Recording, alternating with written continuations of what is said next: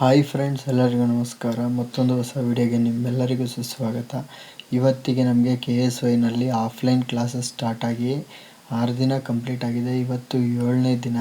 ನಮಗೆ ಈ 6 ದಿನದಲ್ಲಿ 3 ಪ್ರಾಕ್ಟಿಕಲ್ಸ್ನೂ ಕೂಡ ಕಂಪ್ಲೀಟ್ ಮಾಡಿದ್ದಾರೆ.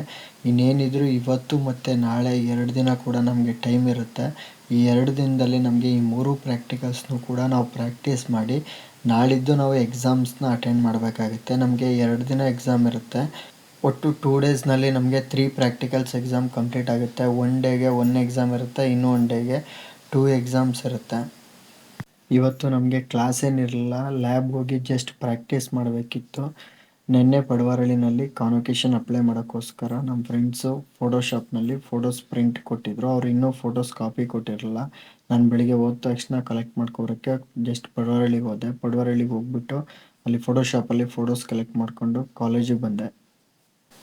ನೆನ್ನೆಗೆ ನಮಗೆ ಕ್ಲಾಸಸ್ ಎಲ್ಲ ಕಂಪ್ಲೀಟ್ ಆಗಿತ್ತು. ಇವತ್ತಿಂದ ಏನೇ ಇದ್ದರೂ ಜಸ್ಟ್ ನಾವು ಪ್ರಾಕ್ಟೀಸ್ ಮಾಡಬೇಕಿತ್ತು. ಪ್ರಾಕ್ಟೀಸ್ ಮಾಡಬೇಕಾದ್ರೆ ಏನಾದರೂ ಡೌಟ್ ಇದ್ದರೆ ಪಕ್ಕದಲ್ಲೇ ಲೆಕ್ಚರರ್ಸ್ ಇರ್ತಾಯಿದ್ರು. ಸೊ ಅವ್ರು ಏನಾದರೂ ಡೌಟ್ಸ್ ಇದ್ದರೆ ಕ್ಲಾರಿಟಿ ಕೊಡ್ತಾಯಿದ್ರು. ಇನ್ನೇನಿದ್ರು ನಮಗೆ ಇವತ್ತು ಮತ್ತು ನಾಳೆ 2 ದಿನ ಅಷ್ಟೇ ಇದ್ದಿದ್ದು. ಸೊ 2 ದಿನದಲ್ಲಿ ಮ್ಯಾಕ್ಸಿಮಮ್ ಏನೆಲ್ಲ ಪ್ರಾಕ್ಟೀಸ್ ಮಾಡ್ಬೋದು ಪ್ರಾಕ್ಟಿಕಲ್ನ ಅದನ್ನೆಲ್ಲ ಪ್ರಾಕ್ಟೀಸ್ ಮಾಡೋಣ ಅಂದ್ಕೊಂಡು ಇವತ್ತು ನಾನು ಕಾಲೇಜ್ ಕ್ಯಾಂಪಸ್ಗೆ ಬೇಗನೆ ಬಂದೆ. ನಾನು ಬರೋ ಅಷ್ಟರಲ್ಲಿ 9 ಗಂಟೆ ಆಗಿತ್ತು. ಕ್ಯಾಂಪಸ್ಸಿಗೆ ಬಂದ ತಕ್ಷಣ ಪಡವಾರಳ್ಳಿಗೆ ಹೋಗಿ ಪಡವಾರಳ್ಳಿಯಿಂದ ನಮ್ಮ ಫ್ರೆಂಡ್ಸ್ ಫೋಟೋಸ್ನ ಕಲೆಕ್ಟ್ ಮಾಡಿಕೊಂಡು ಮತ್ತೆ ನಾನು ಡೈರೆಕ್ಟ್ ನಮ್ಮ ಬಾಯ್ಸ್ ಹಾಸ್ಟೆಲಿಗೆ ಬಂದೆ. ಕಾನ್ವೊಕೇಶನ್ ಅಂದ ತಕ್ಷಣ ನೆನಪಾಯಿತು, ನಾನು ಕಾನ್ವೊಕೇಶನ್ನ ಯಾವ ರೀತಿ ಅಪ್ಲೈ ಮಾಡೋದು, ಮೊಬೈಲ್ನಲ್ಲೇ ಕಾನ್ವೊಕೇಶನ್ನ ಯಾವ ರೀತಿ ಅಪ್ಲೈ ಮಾಡಿ ತೊಗೋಬೋದು ಅಂತ ಒಂದು ಕಂಪ್ಲೀಟ್ ಡೀಟೇಲ್ ಆಗಿರೋ ವೀಡಿಯೋನ ಮಾಡಿದ್ದೀನಿ. ಆ ವಿಡಿಯೋ ಲಿಂಕ್ ಡಿಸ್ಕ್ರಿಪ್ಷನಲ್ಲಿ ಕೊಟ್ಟಿರ್ತೀನಿ. ದಯವಿಟ್ಟು ನೀವೇನಾದರೂ ನೋಡಿಲ್ಲ ಅಂತಂದರೆ ಆ ವಿಡಿಯೋನ ಒಂದು ಸಲ ನೋಡಿ. ನೀವು ಕೂಡ ಈಸಿಯಾಗಿ ಕಾನ್ವೊಕೇಶನ್ ಅಪ್ಲಿಕೇಶನ್ ಹಾಕಿ ಕಾನ್ವೊಕೇಶನ್ ಪಡ್ಕೊಳ್ಳಿ. KSYU ಹಾಸ್ಟೆಲ್ ಬಗ್ಗೆ ಏನಾದರೂ ಇನ್ನೂ ಹೆಚ್ಚಿನ ಇನ್ಫಾರ್ಮೇಷನ್ ಬೇಕು ಅಂತಂದರೆ ದಯವಿಟ್ಟು ವಿಡಿಯೋದ ಕಮೆಂಟ್ ಕೆಳಗಡೆ ಕಮೆಂಟ್ ಮಾಡಿ. ಖಂಡಿತ ನಾನು ಸಪ್ರೇಟ್ ಡೆಡಿಕೇಟೆಡ್ ವಿಡಿಯೋ ಒಂದು ಮಾಡ್ತೀನಿ. ಕಂಪ್ಲೀಟ್ ಹಾಸ್ಟೆಲ್ ಬಗ್ಗೆ ಡೀಟೇಲ್ಸ್ ಅಪ್ಲೋಡ್ ಮಾಡ್ತೀನಿ.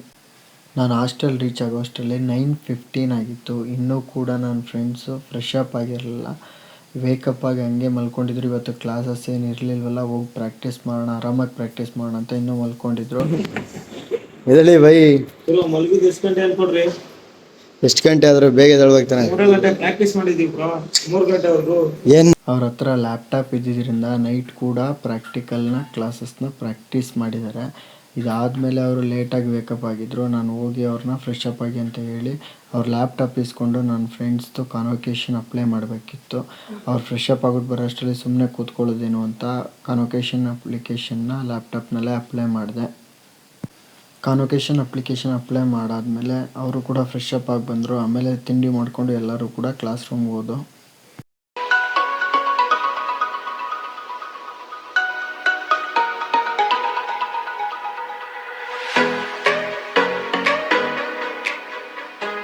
ಇವತ್ತು ಕ್ಲಾಸ್ ರೂಮ್ಗೆ ಹೋಗೋಷ್ಟರಲ್ಲಿ 10 ಗಂಟೆ ಆಗಿತ್ತು. 10 ಗಂಟೆ ಆದರೂ ಕೂಡ ವಿಜ್ಞಾನ ಭವನದಲ್ಲಿ ಯಾರೂ ಕೂಡ ತುಂಬ ಜನ ಇರಲಿಲ್ಲ.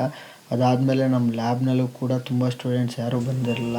ಇವತ್ತು ಪ್ರಾಕ್ಟಿಕಲ್ ಅಲ್ವಾ, ನಿಧಾನಕ್ಕೆ ಹೋಗಿ ಪ್ರಾಕ್ಟೀಸ್ ಮಾಡೋಣ ಅಂದ್ಕೊಂಡು ತುಂಬ ಸ್ಟೂಡೆಂಟ್ಸ್ ಯಾರೂ ಬಂದಿರಲಿಲ್ಲ. ನಾವೇ ಕ್ಲಾಸಿಗೆ ಲೇಟಾಗಿ ಹೋಗ್ತಾಯಿದ್ವಿ ಅಂತಂದರೆ ನಮಗಿಂತ ಇನ್ನೂ ಕ್ಲಾಸಿಗೆ ಲೇಟಾಗಿ ಬರೋರು ತುಂಬ ಜನ ಇದ್ದರು.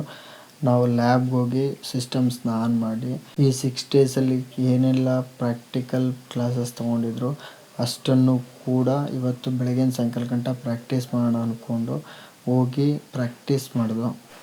ನಾವು ಲ್ಯಾಬ್ಗೆ ಹೋಗಿ ಪ್ರಾಕ್ಟೀಸ್ ಸ್ಟಾರ್ಟ್ ಮಾಡಾದ್ಮೇಲೆ ಇನ್ನೂ ತುಂಬ ಸ್ಟೂಡೆಂಟ್ಸ್ ಬಂದು ಪ್ರಾಕ್ಟೀಸ್ ಮಾಡೋಕ್ಕೆ ಸ್ಟಾರ್ಟ್ ಮಾಡಿದ್ರು. ಆಲ್ಮೋಸ್ಟ್ 2:30 ತನಕ ಎಲ್ಲರೂ ಕೂಡ ಪ್ರಾಕ್ಟೀಸ್ ಮಾಡಿದ್ವು. ಅದಾದಮೇಲೆ ಲಂಚ್ ಮಾಡ್ಕೊಬರೋಣ ಅಂತ ಲಂಚ್ ಬ್ರೇಕ್ ತೊಗೊಂಡು ಇವತ್ತು ನಮ್ಮ ರೂಮ್ಮೇಟ್ಸ್ಗಳಿಗೆ ಬೇರೆ ಎಕ್ಸಾಮ್ಸ್ ಇತ್ತು. ಸೊ ಅವ್ರ ಎಕ್ಸಾಮ್ಸ್ ಇವತ್ತು ಕಂಪ್ಲೀಟ್ ಆಗಿತ್ತು. ಸೊ ಅವರು ಕೂಡ ಇವತ್ತು ನಮ್ಮ ಲಂಚ್ ಜೊತೆ ಜಾಯ್ನ್ ಆದರು. ಎಲ್ಲರೂ ಕೂಡ ಒಟ್ಟಿಗೆ ಸೇರಿ ಪಡವಾರಳ್ಳಿಗೆ ಹೋಗಿ ಊಟ ಮಾಡಿದ್ವು. ಊಟ ಮಾಡಿಕೊಂಡು ಮತ್ತೆ ಬಂದು ಕ್ಲಾಸ್ ರೂಮ್ನಲ್ಲಿ 5 ಗಂಟೆ ತನಕ ಪ್ರಾಕ್ಟಿಕಲ್ ಕ್ಲಾಸಸ್ನ ಕಂಪ್ಲೀಟ್ ಪ್ರಾಕ್ಟೀಸ್ ಮಾಡಿದ್ವು. 5 ಗಂಟೆ ತನಕ ಪ್ರಾಕ್ಟೀಸ್ ಮುಗಿದ್ಮೇಲೆ ಮತ್ತೆ ಪಡವಾರಳ್ಳಿಗೆ ಹೋಗಿ ಎಲ್ಲರೂ ಕೂಡ ಟೀ ಕುಡ್ಕೊಂಡು ಮತ್ತೆ ಹಾಸ್ಟೆಲ್ ಕ್ಯಾಂಪಸ್ಗೆ ರಿಟರ್ನ್ ಆದವು. ಟೀ ಕುಡ್ಕೊಂಡು ಬಂದಾದಮೇಲೆ ಹಾಸ್ಟೆಲಿಗೆ ಬಂದು ಫ್ರೆಶ್ ಅಪ್ ಆದಮೇಲೆ ಸ್ವಲ್ಪ ಹೊತ್ತು ರೆಸ್ಟ್ ಮಾಡಿ, ರೆಸ್ಟ್ ಮುಗಿದ ಮೇಲೆ ಎಲ್ಲರೂ ಕೂಡ ಒಟ್ಟಿಗೆ ಊಟ ಮಾಡೋಣ, ಕ್ಯಾಂಪಸ್ ಒಳಗಡೆ ಊಟ ಮಾಡೋಣ ಅಂದ್ಕೊಂಡು ಹೊರಗಡೆಯಿಂದ ಹೋಗಿ ಪಾರ್ಸಲ್ ತೊಗೊಂಡು ಬಂದ್ಬಿಟ್ಟು ನೈಟು ಎಲ್ಲರೂ ಕೂಡ ಒಟ್ಟಿಗೆ ಕೂತ್ಕೊಂಡು ಊಟ ಮಾಡ್ದು. ಇವತ್ತಿಗೆ ನಮ್ಮ ಡೇ 7 ಬ್ಲಾಗ್ ಕಂಪ್ಲೀಟ್ ಆಗ್ತಾಯಿದೆ. ಮತ್ತೊಂದು ಹೊಸ ವಿಡಿಯೋ ಜೊತೆ ಸಿಗೋಣ. ಅಲ್ಲಿವರೆಗೂ ಟಾಟಾ ಬಾಯ್ ಬಾಯ್ ಥ್ಯಾಂಕ್ ಯು.